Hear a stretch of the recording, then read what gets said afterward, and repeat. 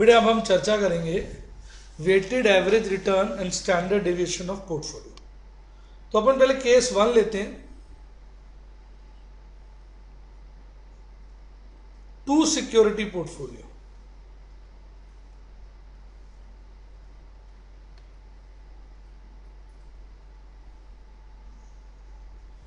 ठीक है।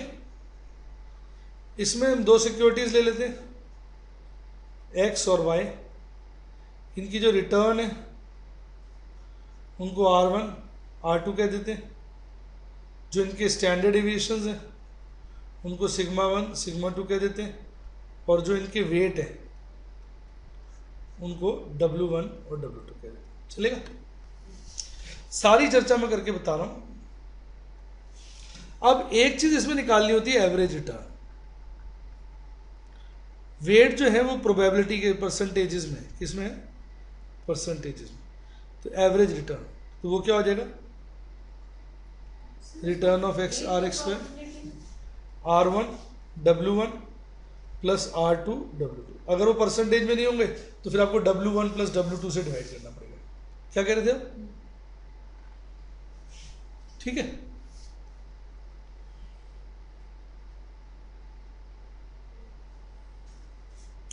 अच्छा चलो। अच्छा, जो एवरेज स्टैंडर्ड डेविएशन होता है उसका जरा अलग फॉर्मूला है। बेसिकली इसका हम एवरेज स्टैंडर्ड डेविएशन की जगह एवरेज वेरिएंस निकाल लेते हैं पहले। क्या निकाल लेते हैं? Average variance. फिर उसका अंडर रूट ले लेंगे तो एवरेज स्टैंडर्ड डेविएशन हो जाएगा। तो एवरेज वेरिएंस जो होगा पोर्टफोलियो का, टू सिक्योरिटी पोर्टफोलियो, पी बोल दूं, इधर भी पी बोल देता हूं।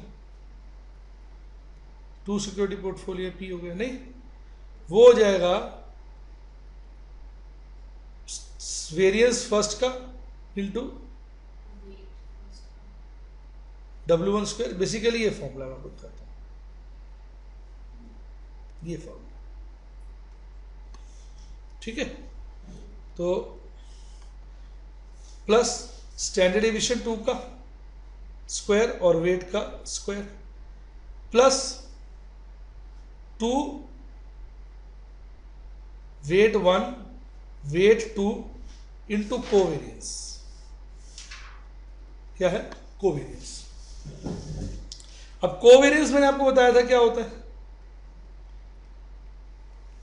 R12 दोनों में correlation into standard deviation 1 upon standard deviation 2।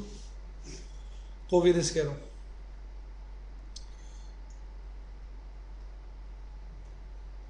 एक मिनट, उल्टा लिख दिया।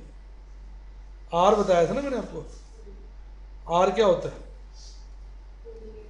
Covariance upon standard deviation 1 standard deviation 2। अब इससे आपका कोवेरियंस क्या निकलाएगा? R standard deviation 1 standard deviation 2। ठीक। तो इसका मतलब जो कंबाइंड वेरिएंस होगा पोर्टफोलियो का, वो पहले का वेरिएंस और उसके वेट का स्क्वायर प्रोडक्ट ले लेंगे, दूसरे का वेरिएंस और उसके वेट के square plus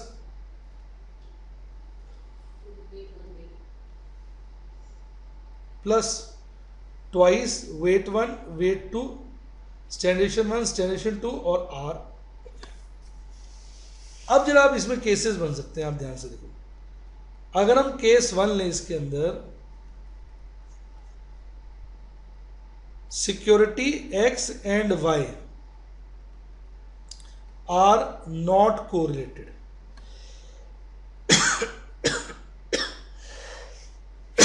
security X and security Y are not correlated, that is R is equal to 0। तो फिर पोर्टफोलियो का वेरिएंस क्या हो जाएगा?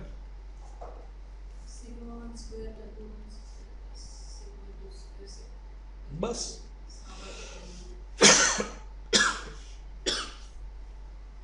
ठीक है। एक मिनट पानी पिया तो जरा।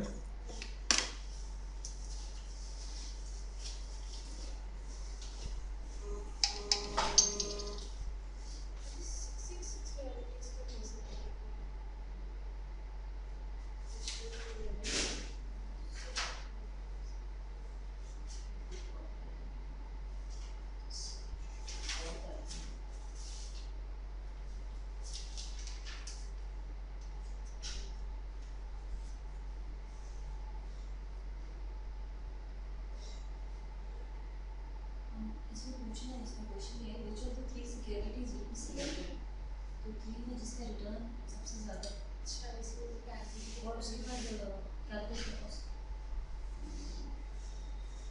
दो तो ऐसे से उसके बाद तीसरे भी डिस्कस करेंगे। ठीक है। अच्छा, case 2,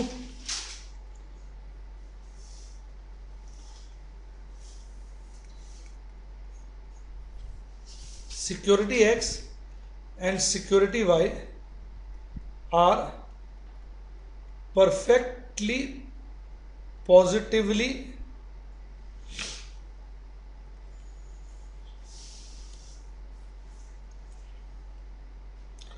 perfect positive correlated.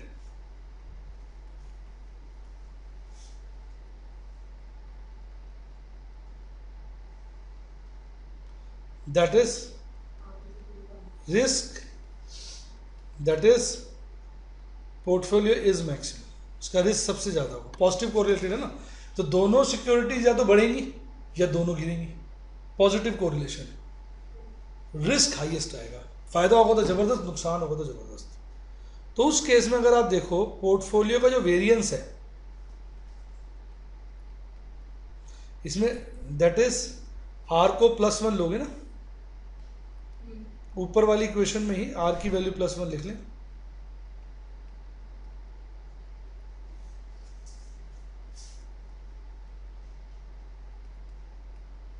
Are की जगह बना जाएगा। अब इसका जो अगर आप देखोगे जो ये नहीं हो जाएगा, देखो जरा, होल स्क्वायर नहीं बन गए, तो यानी जिसका स्टैंडर्ड डेविएशन है वो क्या हो जाएगा बताओ। तो बेसिकली फॉर्मूला ये है आपका वेरिएंस का, इस फॉर्मूले में हम डिफरेंट केसेस डेवलप कर रहे हैं, वो हमने कब किया, जब हमने कोवेरियंस की वैल्यू निकाली, ठीक है ना। अब केस 3 हो जाता है least risk portfolio,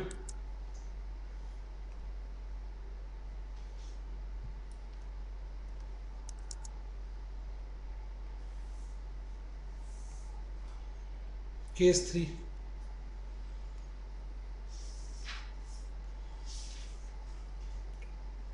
security X and security Y are perfect negative correlated.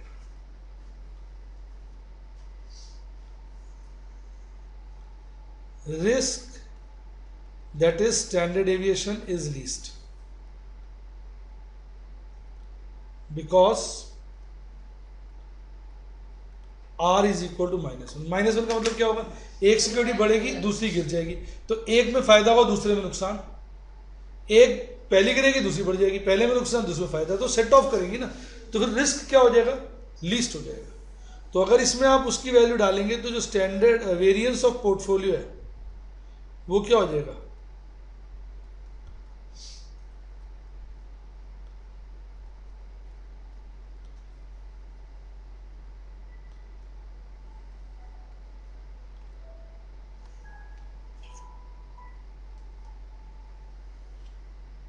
वो क्या हो जाएगा,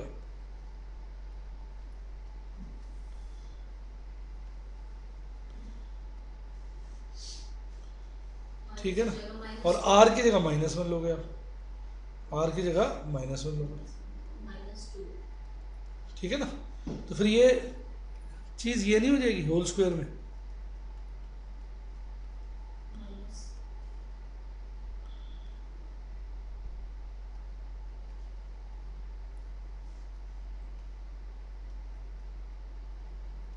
ऐसे लिख लो या दोनों तरीके चलेंगे, ठीक है ना। तो 3 केसेस होगा, तो बेसिकली वो पूछ सकता है कि 2 हमें सिक्योरिटीज दे देगा और उसमें वो हमसे क्या क्या पूछ सकता है, एक कि ओवरऑल रिटर्न बताओ, बता देंगे, 2 कोवेरियंस बताओ, स्टैंडर्ड डेविएशन बताओ जब आर गिवन है, और कुछ वो हमसे पूछ सकता है भाई अगर सिक्योरिटीज कोरिलेटेड है तो बताओ स्टैंडर्ड डेविएशन क्या होगा, अगर परफेक्टली पॉजिटिवली कोरिलेटेड है तो क्या होगा, यानी जब रिस्क क्या होगा, हाईएस्ट, और जब रिस्क लोएस्ट होगा तो क्या होगा। अब यही सब चीज़ों की चर्चा मैंने यहाँ करी। इधर देखिए, diversification with reference to portfolio management means investment in number of securities for the purpose of spreading and reducing the risk that is inherent in all financial investments. कहता है डाइवर्सिफाई करने से रिस्क मिनिमाइज हो जाता है। A portfolio consisting of large number of securities will always bring a superior return that a portfolio consisting of less security, because large portfolio is more diversified and hence is less risky. या superior return का क्या मतलब है? हाँ, more than the market. Superior का है मतलब high नहीं है, सुपीरियर का मतलब रिस्क को कंसिडर करते हुए कह रहा है, मिनिमम रिस्क होगा, रिस्क कम होगा, हाई नहीं है ये। सुपीरियर मतलब जैसे कहते हैं ना कि अब रिस्क को रिटर्न का बैलेंस होना चाहिए ना, रिस्क बहुत हाई हो जाए रिटर्न बहुत हाई हो जाए, वो सुपीरियर नहीं है। रिस्क को रिड्यूस करते हुए अच्छी रिटर्न मिल जाए वो सुपीरियर है यहाँ पर, क्योंकि वो लेस रिस्की होना चाहिए। Here the variability in the portfolio rate of return is much less than the variability of individual security. फिर कह रहा है expected return on portfolio is simply the weighted average of return on all individual assets. ये यहाँ मैंने more than 2 ले ली ना, जितनी भी assets।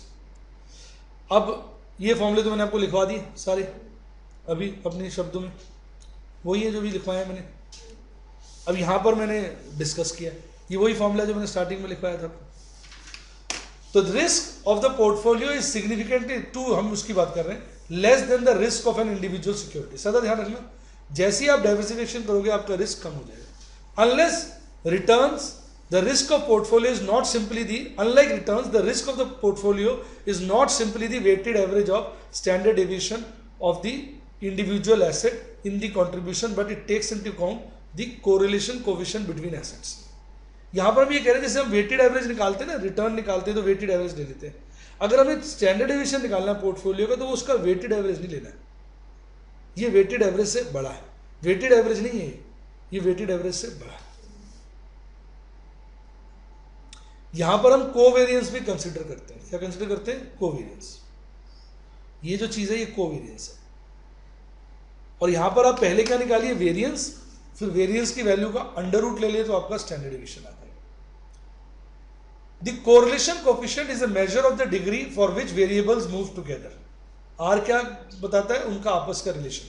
पॉजिटिव मतलब एक जैसा मूव करेंगे, नेगेटिव मतलब ऑपोजिट डायरेक्शन में मूव करेंगे। आर की वैल्यू -1 और 1 के बीच में होती है, बोथ इंक्लूडिंग, और उस केस में वेरियंस ही होता है। ये सब मैं पहले बोल चुका हूं, आपको एक बार रिवाइज करा रहा हूं। क्लियर? फिर यहां मैं बता रहा हूं कि उस चीज की जगह आप क्या लिख सकते हैं? कोवेरियंस मैंने बताया ना, r standard deviation x standard deviation y. फिर ये मैंने वो चीजें बता दी, अगर पोर्टफोलियो इनवर्सली रिलेटिव होगा तो आर लेस देन 0 होगा, ठीक है ना। उस केस में आपका जो वेरियंस है वो लो हो जाएगा, और ये लीस्ट हो जाएगा जब आर क्या हो जाएगा? -1 हो जाएगा। अगर पॉजिटिव रिलेटेड है तो आपका ये हाई रहेगा वेरियंस, और ये हाई होता रहेगा जैसे जैसे आर की वैल्यू बढ़ती जाएगी, और ये मैक्सिमम हो जाएगा जब आर क्या हो जाएगा? +1 हो जाएगा। और अगर अनरिलेटेड सिक्योरिटीज है तो उस केस में आर 0 हो जाएगा। आर 0 होने से कोवेरियंस 0 हो गया, कोवेरियंस 0 होने से ये चीज 0 हो गई, ये 0 होने से आपका ये आ गया। तो इसमें 3 चीजें मैं बोलता हूं फिर से एक बारी। लीस्ट रिस्क पोर्टफोलियो कब होता है? जब आर -1। मैक्सिमम रिस्क पोर्टफोलियो कब होता है? जब आर +1। अनरिलेटेड सिक्योरिटीज के केस में, किसके? अनरिलेटेड सिक्योरिटीज के केस में आर 0 होता है, और उसमें आपका रिस्क मीडियम हो जाएगा। बिल्कुल। कैसा लगा? क्लियर? ठीक। यहां मैंने वही चीज बता दी। मैक्सिमम स्टैंडर्ड डेविएशन कब होगा? जब आर +1 होगा। मिनिमम स्टैंडर्ड डेविएशन कब होगा? जब आर -1 होगा। ठीक, ये चीज मैंने नीचे लिखी। समझ गए?